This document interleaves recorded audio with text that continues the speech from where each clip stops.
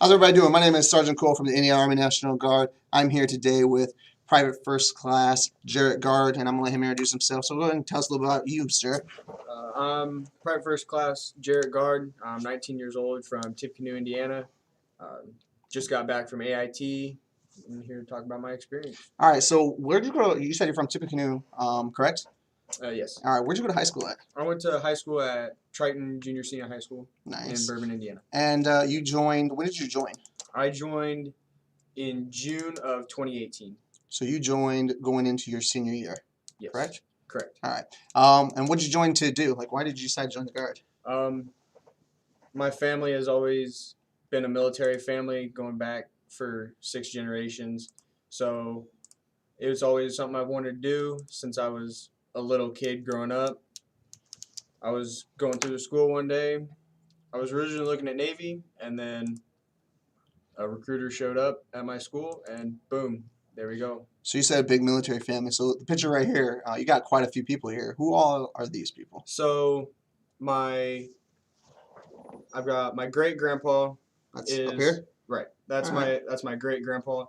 My 2 uncles who That's these one two. correct. One just retired out of the Navy after 26 years of service. Congratulations. Thank you for his service. The other one was United States Marine Corps. I don't remember how long he served. And then the last picture is of my grandpa. All right, and then you also served. No. So this is a huge generational different servicing for your family. That's awesome.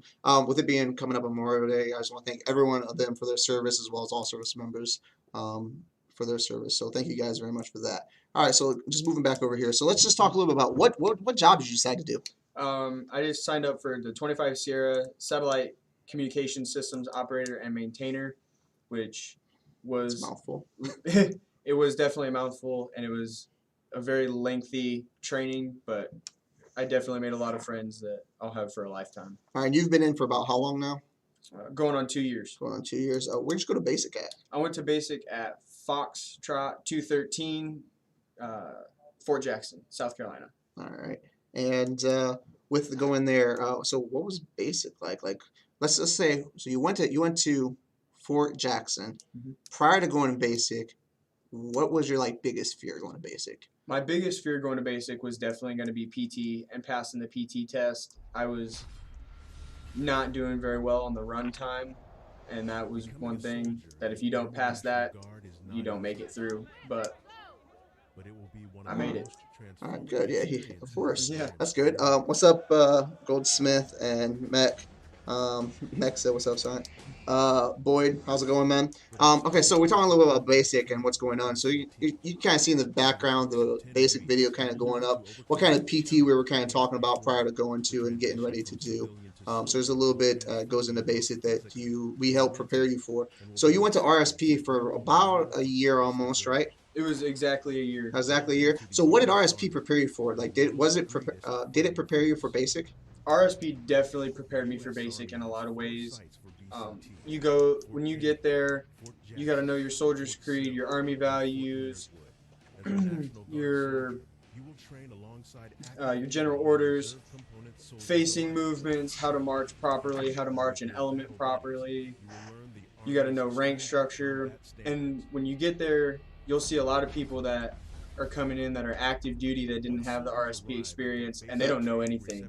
And it's literally they don't know anything. So it was very helpful because I could help my battle buddies prepare and train as well as they help me with PT. I can help them with the knowledge side of it. Right, perfect. Hi, Conway. You seen she just tuned in. Okay, so what was the hardest part of basic? The hardest part of basic was definitely dealing with other people, because you'll get there and you could have a good attitude all the way through, but you'll always have people there that are down and wanting to bring other people down with you, and that's just, it's bad for morale, and it makes the days go longer and longer and longer.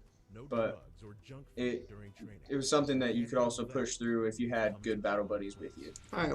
What was your favorite part of basic? Favorite part of basic was definitely the range days, going to the range, being able to shoot my weapon during white phase, and also with that phase came earning of your banner, and that was another part that was one of my favorites. Nice, nice.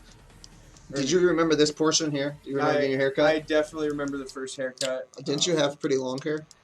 I did not. I cut it off before I left, but yes. I also remember the barbers were not gentle. They did not care.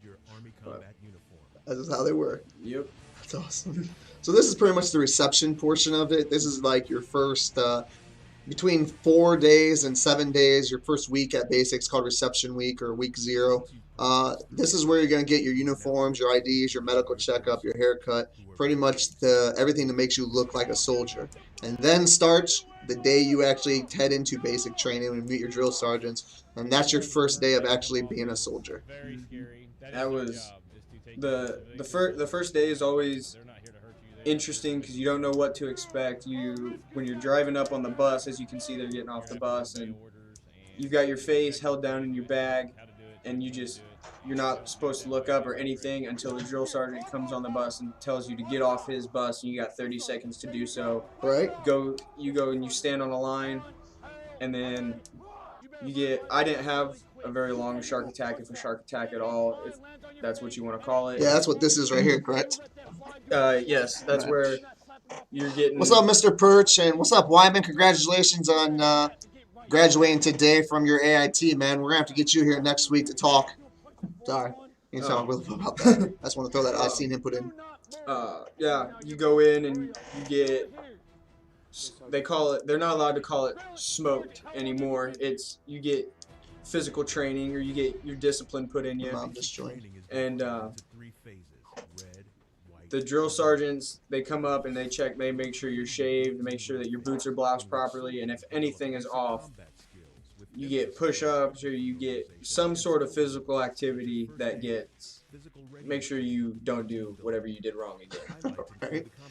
You want to say hi to your mom? Your mom joined. Hi, Mom. Holdeman joined. Hi, sorry, Holdeman. Hi, Mrs. Gard. All right, so we kind of went over kind of like what was your favorite thing about basic? You said white phase. We should be jumping into white phase here in a few minutes, but the gas chamber. This is showing a little bit about the gas chamber. What was that like? It was intense. The gas chamber was definitely interesting. You go in, you have, as you can see, they're coming out. They have their masks off, but you go in, you have your mask on, and you get lined up on the wall. And you're told to look up, left, and right, and that basically exposes your neck and your skin to the gas that's in there, which is just CS gas. And it starts to irritate your skin a little bit, and then you get put in a line. You move out away from the wall, facing the exit doors. You put your hand on the person in front of you. You take off your mask, and you take in a deep breath. If everybody doesn't take in a deep breath, nobody leaves. And then as you're sitting there, it starts getting in your eyes, your nose, your mouth, all your pores, and it's irritating, and then it burns and is painful. But it was also super fun. I mean, I know that sounds weird, but it was definitely an interesting experience and fun, to say the least. Holdeman, no, the gas is not dangerous. It's a mixture. It's a CS gas, which is pretty much a tear gas that it pretty much just clogs up your systems and makes it very watery and flowing. Yeah. Quick flowing. Very watery. It does make a lot of people choke, which is good, I guess. Don't drink milk on gas chamber. Yeah, day. don't drink milk on gas chamber day. Did you get milk at basic? We did. Oh wow, that's special. I didn't get that 10 years ago. We got white milk, chocolate milk, 1% milk, and then we got a whole bunch of juices. Right. Hey, what's up, Hardy? Sorry, I missed you. I didn't see you on there. What's up, Hardy? Ethan Hardy just jumped on. Your mom put that's my boy. I just want to throw that out there. All right, so we kind of talked a little bit about that. What was sleep like at basic? How was your sleep? Sleep was very good because you get about 9 o'clock at night to about 4 o'clock in the morning, which it doesn't seem like a lot of sleep, but after, I mean, you're on the go nonstop every minute of every day. So once you get back and you get your personal hygiene time, and once you hit that bunk, you're out. It's instant deep sleep, very good sleep. All right, and we kind of talked a little bit about this before. You talked about PT. How was the PT test and stuff from? You said that was one of the things you were worried about. How was that from actually go into basic and be in there and doing it after going through everything? How was the PT test? So with RSP, the PT test, it was a lot of the PT was, hey, you gotta do it yourself, motivate yourself, because you only get 1 week in a month, and that was something that was difficult for me going into it. I wasn't sure. I was running 21 minutes when I shipped for basic training. But once you got there, you got into the routine of you're doing PT every single day except for Sundays. It's Mondays, Wednesdays, and Fridays are run days. Tuesdays and Thursdays are muscle failure, which involves like push-ups, sit-ups, basically whatever they can think of to make all your muscles just fail. And then the PT, getting into that routine and doing that every day, I dropped from running 21 minutes when I left to about 14 minutes and 20 seconds in 2 miles. I know that's something that scares a lot of people is when they first sign up. They're like, oh, PT test, I have to run it in 2 miles in this specific amount of time. Mm-hmm. I don't think they know that, when you're at basic, you're doing it every day. Yeah. Every morning you wake up and you do PT. That was the biggest thing is I was scared about my PT test, and I kept being told, they're going to prepare you, they're going to make it work for you, and you're going to make it through it. But I didn't want to believe it. And then I got down there, and I was doing it every single day, nonstop, and it was awesome. Probably the best shape you've ever been in, right? That's the best shape I've been in my entire life. That's what I said. All right, so we've seen the video where it kind of showed graduation. How did graduation feel like from basic? Basic training graduation was a moment of pride for me because like I said, I was worried that I wasn't going to make it through, but it was a moment that I really realized, hey, I made it. I've done this. I'm following in my family's footsteps, going back, like I said, 6 generations to the Civil War. It was a moment of extreme pride for me. Right. And then, we'll move on past basic here in a second. One of the things that a lot of people say is, how's it going, Jackson Ortega? We'll say hi to you guys before we move on. Did you pick up any habits from basic training that you may not have had prior to going, I guess? I'm not sure. I know that whenever I talk to people now, it's most of the time, unless I'm out of it, it's yes sir, no sir, yes ma'am, no ma'am. I tend to stand at parade rest when talking to people, even though it was just something that's drilled into your head over and over and over again that that's what you do. So, and it's something I still do to this day. Yeah, I notice I do that every once in a while too. All right, so moving on past basic, you graduated basic, you then went to AIT, which is your advanced individual training or your job training. Right. Your MOS was what again? 25 Sierra, which is Satellite Communication Systems Operator and Maintainer. Can you say that 3 times really fast? I cannot. I can't either. So it's okay. But all right, so tell us a little bit about your AIT. So we have this video we're going to show as well. We'll transition over to that right now and kind of talk a little bit about that. So tell us about this job. So the training is about 7 months long, and the whole time you're split up. You've got half of it, about 16 weeks, is Common Core, and that's learning the basics of your job. Learning, okay, this is how signal flows through a system, or this is the math behind this, or let's say a router is broken. This is how you fix it. This is how you set up a connection. Then going into the second half, you get split onto either TAC or STRAT, which is the different sides of communications that the Army deals with.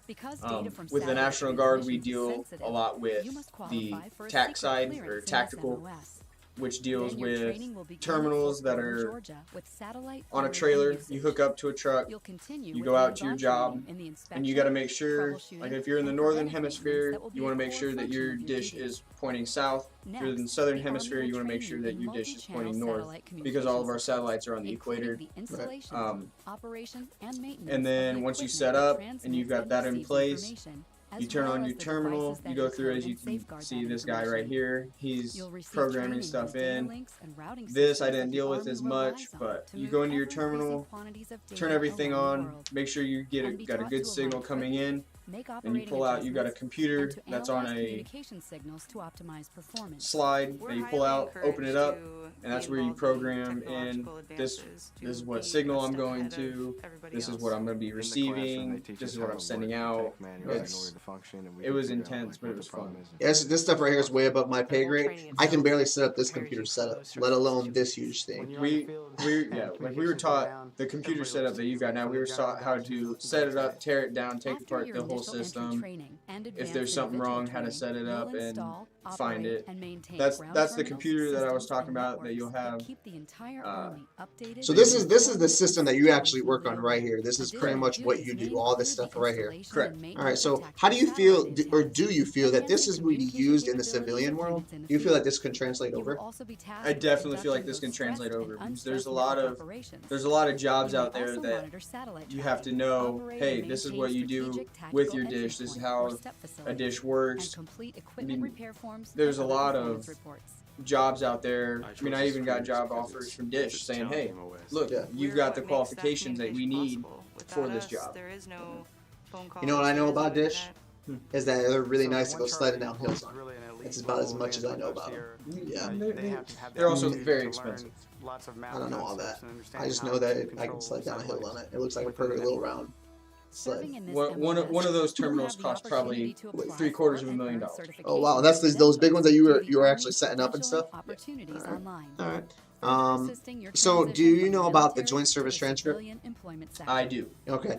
Do you know how many credits you get through the joint service transcript with your MOS? I'm not sure. I was looking at it with one of my instructors down at AIT, and we were looking at about 24 credits, but it also just depends on what the college accepts into as, hey, this can apply to what you're going for your degree. Or so after now that you're out of AIT and everything, what is your future plans?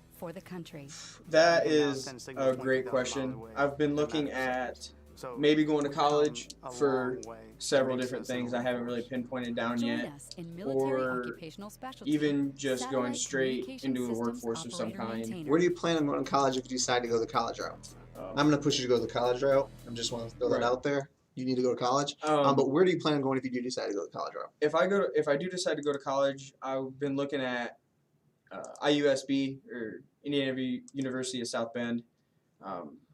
Simply because they've got several degrees that I've been looking forward to getting into, like psychology or auto mechanics. Totally different ends of the spectrum, but definitely something that I'm interested in. All right. And kind of just moving back to kind of what we talked about earlier. You talked about graduation. Your mom just put graduation was amazing. When you graduate from basic, your family was able to go down there. Correct. That was pre the COVID-19 corona epidemic and stuff, so they were able to go down there. Your mom was able to go down to your basic. I guess some other family members went as well. My grandma went. Yep. And then, however, for your AIT, that was part of the lockdown portion. They were not able to go. Correct. Yeah, that's kind of how it's going right now. From both basic and AIT, we're seeing virtual or online graduations as of right now. But that's just something I wanted to kind of put out as well. All right. What else? Did you have any other hints, tricks, or anything that you could tell us or anyone that's listening? Just when you get there, like let's say you enlist and you go to basic, just lay low. I mean, if you get to the end of basic training and the drill sergeants don't know your name, you did a good job. Or if you're gonna stick out in a good way, because you see people that they get to the end of basic and they stuck out, but they were not the good soldier that people are looking for in their unit, and the drill sergeants knew that and told them every day. But just make sure that you lay low, or if you are the good squared away soldier, that you show them that and you'll go far. And then when you get to AIT, if you have a long MOS or a long AIT like I did, which was 7 months, 28 weeks, just push through it. Don't count the days, because the more you count the days, the more it's just going to seem like it's dragging on and on and on. So I don't think I counted the days. I'm pretty sure my wife did count the days when I was gone from basic and AIT.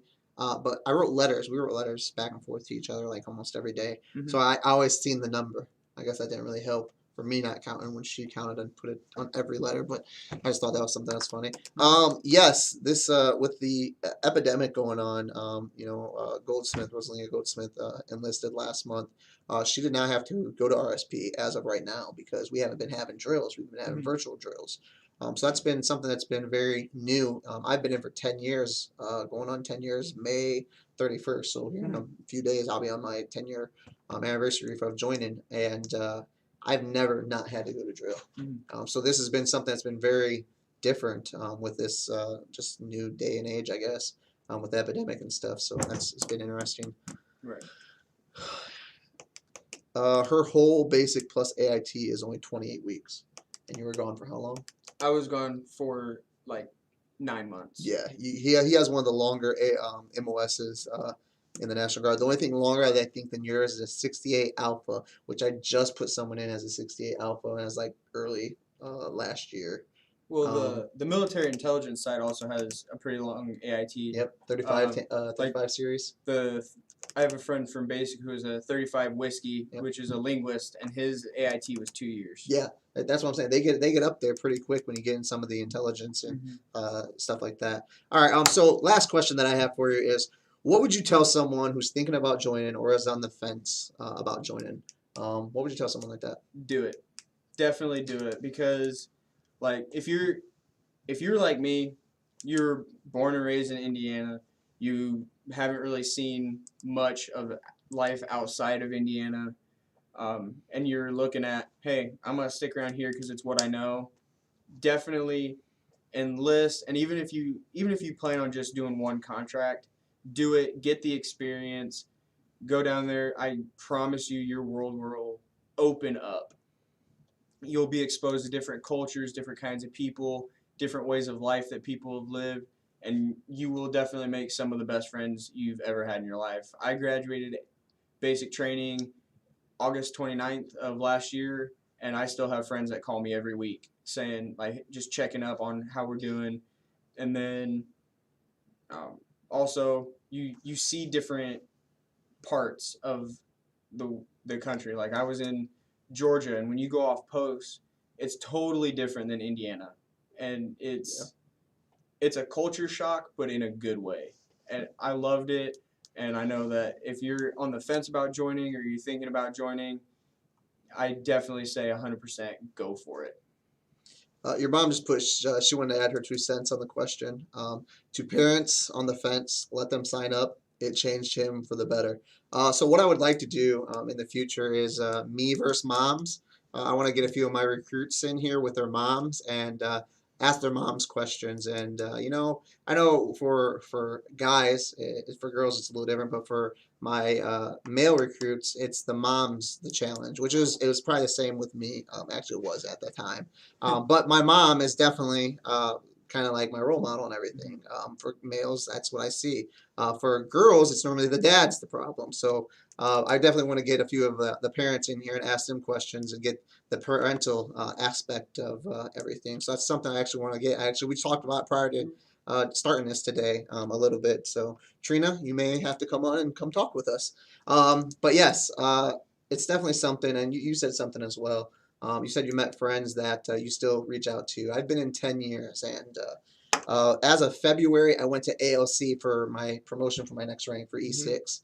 And at that ALC, I ran into a guy from Basic that I haven't talked to in almost 10 years. And me and him were literally sat down and literally was talking about people from basic training like it was yesterday. Like we had a great time. The entire month long I was down there, me and him talked about basic training and just kind of reminisced about the different things and we were in the same platoon and everything. So we were in the same platoon during basic and AIT. Oh wow. So yeah, we were with each other for quite a while. So it was just something it was awesome to kind of run into people like that. And I do it all over the world. I mean, I went to Arkansas and ran into somebody. That was at Kentucky. I ran into him. So like you said, you get to visit different parts of the United States and the world, of course, if you get deployed anywhere else. And you do run into different cultures and different people. And you might run into somebody back from basic. And it's awesome to meet people like that. So it's definitely one of the best things, I think. Going along with that, running into people from basic or AIT, make sure. I know sometimes it can be kind of hard, but make sure you make friends with everybody, because you could run into somebody down the road, and if you have beef with that person and they're later your boss or they're higher ranked than you, that can also come back to bite you. So just make sure you, if you have Just a issues, decent person. yeah, you're a decent person. If you have issues with anybody, work it out. It's definitely not worth the issues. All right, well, that's pretty much going to be the end of our questions and answers today with PFC Jarrett Gard. I appreciate you guys coming in here and spending some time with us. You guys tune in next week. We'll have some live Q&As, a few more Q&As with some soldier spotlights. I want to try to get Ethan Berry, who just graduated today, and Wyman, who also just graduated today, Keith Wyman, who just graduated today, in here, possibly together. I think they both went to basic and AIT together too, so we can hear a little about their experience and stuff. I know they didn't know each other prior to going into the Guard. I don't believe they did. And now they're pretty good friends and stuff. So I want to get both of them in here. And I mean, you can come join them too if you want to. We'll have all of us in here having a party. But tune in next week for that. That'll most likely be on Thursday. Tuesday we'll be going live. We're going to do a Q&A with some weapons, I believe, with Sergeant Bob and Sergeant Dobson, possibly Sergeant Jackson as well. And then on Wednesday, I think we're also doing another MOS spotlight. So tune in next week, guys. Until then, I appreciate you guys tuning in. Make sure you share, like, and comment to share everything. But I appreciate